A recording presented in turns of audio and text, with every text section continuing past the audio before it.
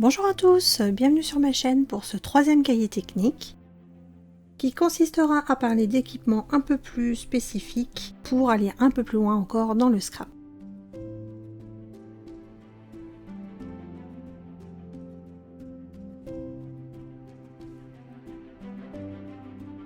Je vous présente deux types de machines.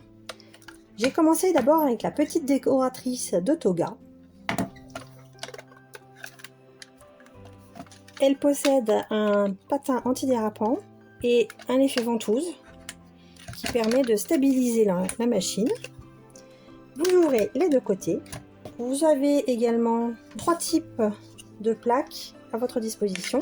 Ici pour faire de l'embossage, une plaque molle et deux plaques pour passer les dies à l'intérieur. Donc cette petite créatrice effectivement n'est pas très large mais permet déjà de faire plusieurs petites découpes pour faire de l'embellissement. Moi j'ai commencé avec, donc c'est un outil que je peux recommander. On la trouve encore sur internet, elle y est sur Amazon et c'est de l'ordre d'un prix d'une trentaine d'euros. Attention toutefois, n'allez pas faire de bêtises comme moi, lisez bien les mesures. Craftelier a sorti ses plaques magnétiques, mais elles sont trop larges. Donc elles ne me servent à rien. Et donc c'est livré avec des plaques de rechange et on en rachète au fur et à mesure, puisque ça finit par s'user bien comme il faut. Le prochain outil, c'est la Big Shot. Alors c'est la marque 6X, une très bonne marque. Elle fait une bonne trentaine de centimètres de long sur 23 cm environ si on accepte la manivelle. Elle est munie de plaques avec les instructions. Et personnellement, j'ai racheté très vite dès que c'est sorti les plaques de la marque Craftelier qui sont compatibles et qui sont donc aimantées. Quand vous posez vos dies dessus, ils ne bougent plus. Si je mets mes dies dessus, donc ça bouge pas, je peux bien les retourner, il ne se passe rien. Alors oui, c'est pas très propre, elle est plutôt vieille cette plaque, c'est la deuxième que j'ai achetée et en fait ça s'effrite un petit peu sur les côtés quand on la place mal et ça fait tout un tas de petites crasses en dessous. Bon, c'est ce côté là qui m'intéresse. Je pose le dies dans ce sens pour abîmer non pas ma plaque aimantée mais la plaque du dessus qui va gondoler, vous voyez, légèrement, mais ça revient vite en place. Et ça fait un petit moment déjà que j'utilise, ça doit bien faire 6 mois, 8 mois. Vous voyez, bon, je l'utilise quand même pas mal et ça reste en bon état, je trouve. Donc là, vous voyez, une erreur de ma part, je l'ai mis dans l'autre sens et j'aime pas, donc je préfère faire l'inverse.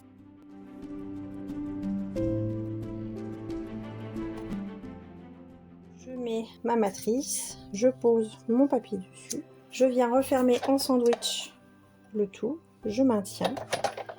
Et je tourne la manivelle en maintenant ici. Alors une fois ou deux, ça dépend des épaisseurs de papier, je devrais. Et la découpe est toute faite. Je n'ai pas d'autre machine, j'aimerais avoir une Cricut, ça me plairait beaucoup. Mais c'est encore un gros investissement, ce sont des machines qui coûtent très cher. Et bon, pour le moment, je m'en passe facilement, donc c'est comme ça. Je trouve que j'ai déjà suffisamment de matériel, j'ai beaucoup de choses. En 7 ans, j'ai vraiment grossi mon atelier et je vous montrerai à la fin de tous ces petits cahiers de quelle manière j'ai réussi à m'organiser en regardant beaucoup sur internet, Pinterest, les blogs, les vidéos YouTube, beaucoup d'achats Ikea qui sont peu onéreux, suffisamment solides et très pratiques. Donc je vous montrerai tout ça et comment je m'organise sur mon plan de travail, comment je m'organise pour mes outils les plus importants, comment je m'organise pour tout ce qui est coloration, pour ce qui est petits outils, etc.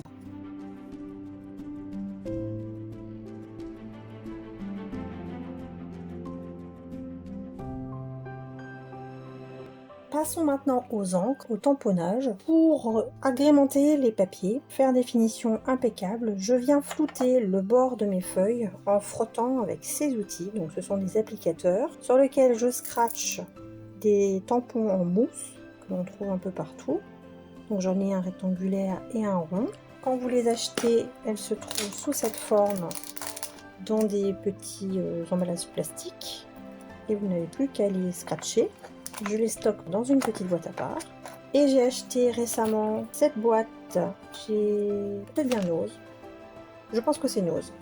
Et du coup j'ai un peu détourné la chose puisque j'ai rangé les applicateurs ronds à l'intérieur de mes boîtes. Et quand j'en change, je choisis ma couleur de l'autre côté et je n'ai plus qu'à venir récupérer l'applicateur de cette manière sans avoir à y mettre les doigts. Donc pour le moment j'ai ces couleurs, celles-ci sont toutes propres, toutes neuves. J'utilise plusieurs sortes d'encre, donc vous avez le tuto récent de ces encres là qui viennent toutes de chez Action. Vous avez les Distress Oxide ou bien les Distress Ink. Je les prends en grand pad. Pour avoir commencé avec des petits carrés, des petits formats, j'ai trouvé que ça séchait très vite. Vite obligé d'acheter de l'encre en gouttes pour remettre en route le pad et j'ai pas trouvé que c'était très satisfaisant. Donc même si c'est un peu plus cher, ça dure beaucoup plus longtemps je trouve. Donc vous avez ceci. Donc ça c'est la marque Ranger. J'ai la Memento noire qui me permet de faire du tamponnage et de pouvoir coloriser derrière. Très récemment, j'ai commencé à acheter les encres de Stamperia. Elles sont topissimes. Franchement, je les recommande. J'en ai quelques-unes pour le moment. Et j'ai acheté à l'atelier de Nina 04 quelques Rangers également, Archival Ink. J'en ai 3 sortes. C'était un pack composé de ces 3 couleurs-là. Et c'est tout. Je n'ai pas d'autres marques, je n'ai rien de plus, c'est déjà bien suffisant. On peut mettre de l'eau sur celle-ci. On peut également faire de l'aquarelle, entre guillemets, avec celle-là. Tout se travaille de manière différente et c'est très appréciable. Pour appliquer les encres, j'utilise également ces brossettes. J'en ai fait le tuto très récemment, quand j'ai utilisé les encres Action. Donc des petites brossettes rondes, qui sont assez souples, très douces. Et l'on vient travailler l'encre par mouvement circulaire.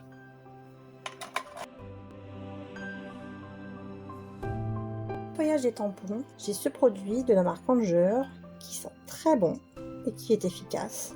Et j'ai acheté ensuite le coffret Craftelier. Alors j'avais fabriqué quelque chose moi-même et puis un jour je me suis décidée pour l'acheter. Donc là il faut que je le lave parce qu'il est très sale. Les encres Action sont particulièrement difficiles à nettoyer. Donc ça se présente de cette manière. Ça s'enlève. Ici c'est tout collant. Cette partie-là se lave en machine. On la réintègre. Ensuite, on vient, donc je pulvérise du produit.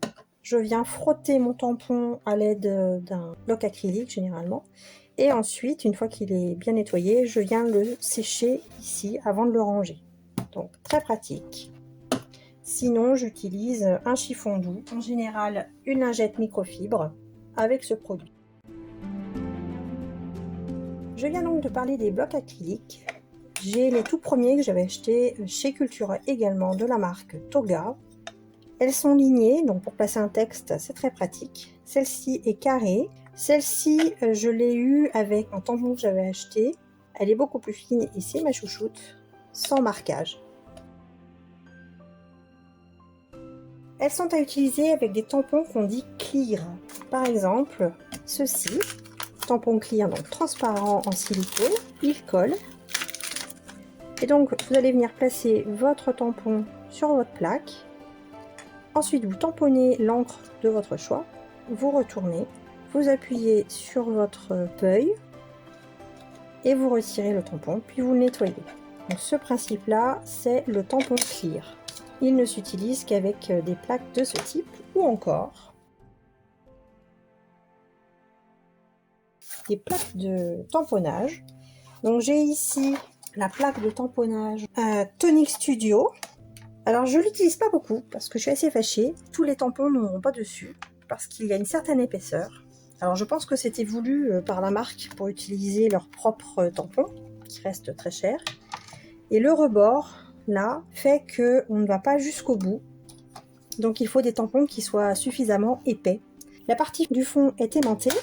Donc on a 2 aimants ici pour maintenir le papier. Il est calé le long des rainures et ça ne bouge pas. Donc quand vous faites votre carte, vous placez votre feuille ici. Donc admettons, je veux qu'elle soit placée comme ceci. Je veux utiliser cette fleur.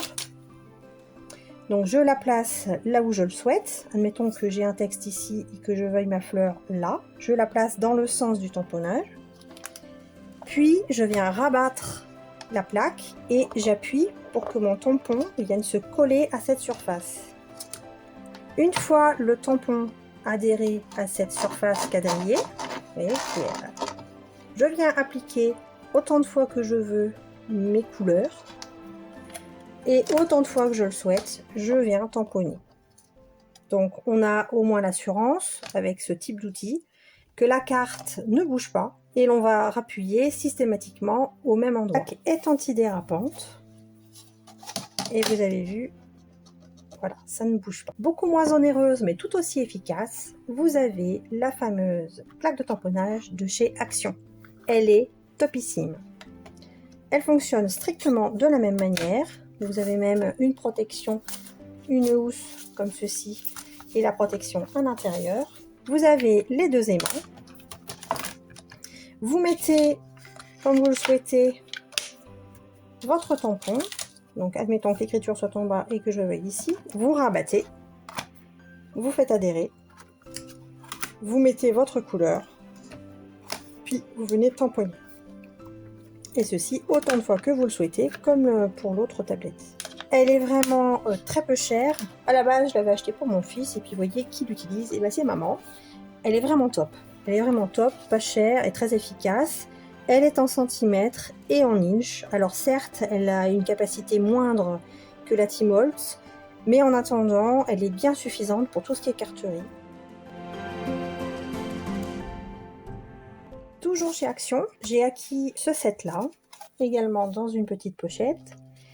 Et c'est pour maintenir une feuille et venir faire notamment des pochoirs. Cette règle-ci est aimantée.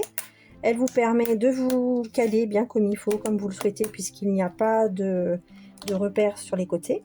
Elle est en centimètres et en inches. Et vous avez de très lourds aimants qui viennent tenir votre feuille, votre pochoir, et à votre guise, vous venez faire vos dégradés à l'intérieur.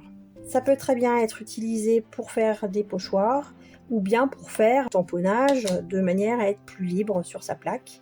Elle se lave très facilement, et franchement, c'est un outil intéressant. Il n'y a pas d'autre intermédiaire que les demi-centimètres, hein. Et donc 4 lourds aimants, et donc elle est en fer. Par contre, celle-ci va glisser.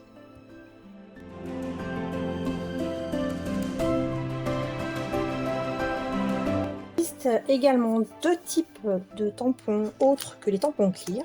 Ce sont les tampons mousse ou les tampons en caoutchouc.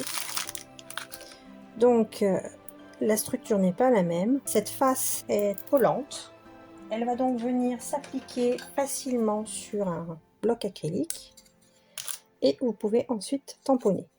Ils sont, ceci dit, très épais. Enfin, il y a les tampons mousse qui sont également en caoutchouc, mais eux, vous voyez, sont beaucoup plus mous.